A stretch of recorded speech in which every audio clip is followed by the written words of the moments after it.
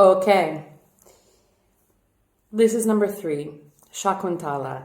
There's a lot to talk about with this particular movement number 3 of Camille Claudel, Into the Fire by Jake Heggie, text by Jean Shear. So again, each one of these movements is based on a sculpture that Camille Claudel created. This one is Shakuntala, and it is indescribable, the emotion that comes through this piece. It's an old Hindu story that goes back, 400 BC, CEB. It's centuries, millennia old. And it actually comes from, if I'm not mistaken, from the Hindu book of the beginning. So it's one of the oldest stories that exists. And Shakuntala is a woman who married a king, but the king betrayed her. And at the end, he comes back and begs her forgiveness. And Camille's journey, parallel journey alongside this, is so extraordinary because she was betrayed by Rodin, this immense love story. Rodin for her was like a king. She revered him. When Rodin would ask her forgiveness, she would always give. She was the woman who would say, okay, I'll wait. It's a terrible tragedy. She got pregnant. It's widely believed he made her terminate the pregnancy. So this is, the tragedy of this life is immense. And so this sculpture, Shakuntala, is a real metaphor for also what Camille was feeling, which for many great artists, right, the works that we encounter certainly meet us in our own perspective, in our own way, and we can find ourselves in these great stories.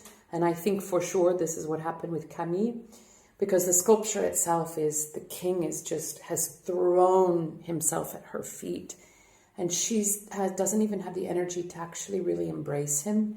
She's letting him fall on her, but the will to reciprocate it, other than, it's like forgiving him is everything that she can manage. Anything other than that is just, she doesn't have it. So, musically, what happens?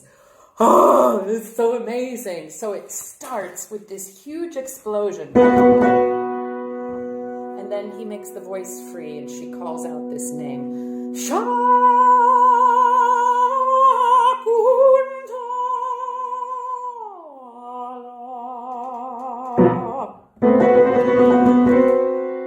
Dissonance.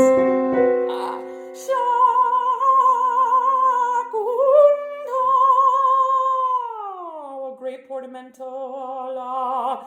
It just gives this idea of her crying out. And then listen to this slide.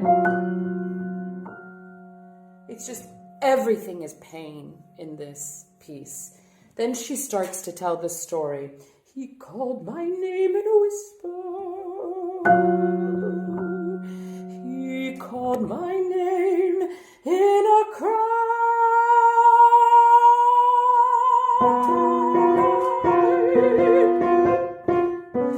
And we have this sort of old, slightly, feels a little bit Indian to me. It feels modal. We're in the world of this story. It's not Camille and Rodin, it's Shakuntala.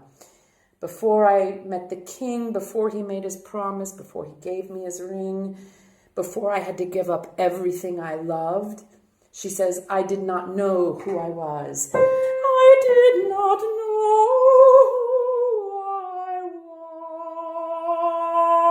who I was. And then there's a big outburst in the orchestra.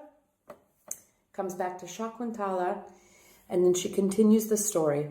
After he had learned the truth, after all his tears, begging my forgiveness after wasting many years, wishing to reclaim me, kneeling at my feet, he reaches to embrace me.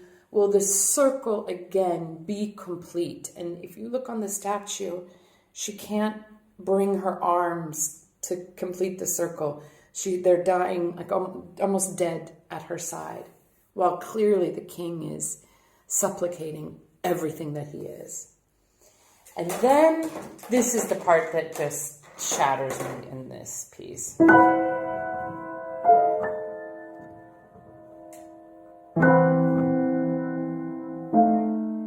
Again, all this kind of wandering.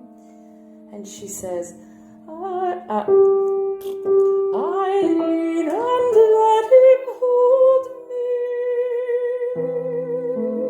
His lips familiar yet estranged.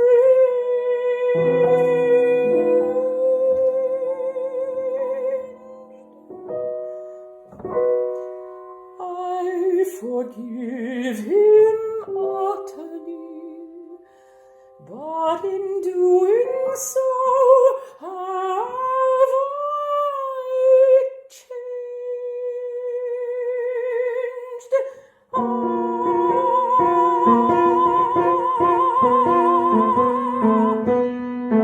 Shakuntala.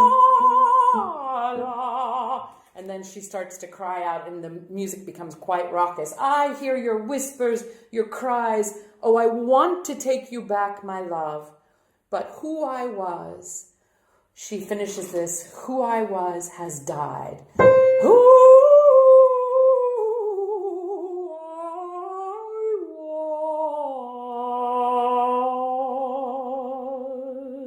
was. And then just listen to it's like she's been ripped in two. There's nothing left.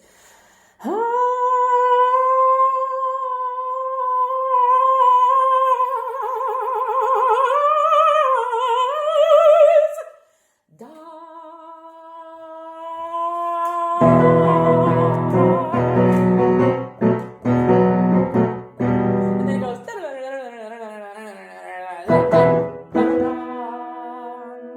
and he gives that to the cellos, which, if you remember from the opening movement, is like, it's like that theme, and that haunting call of Rodin is in every one of these pieces. That is the tip of the iceberg of this piece. There is so much in it. But already the video is too long. That is the tip of this iceberg. Shakuntala. Yeah, Shakuntala, man.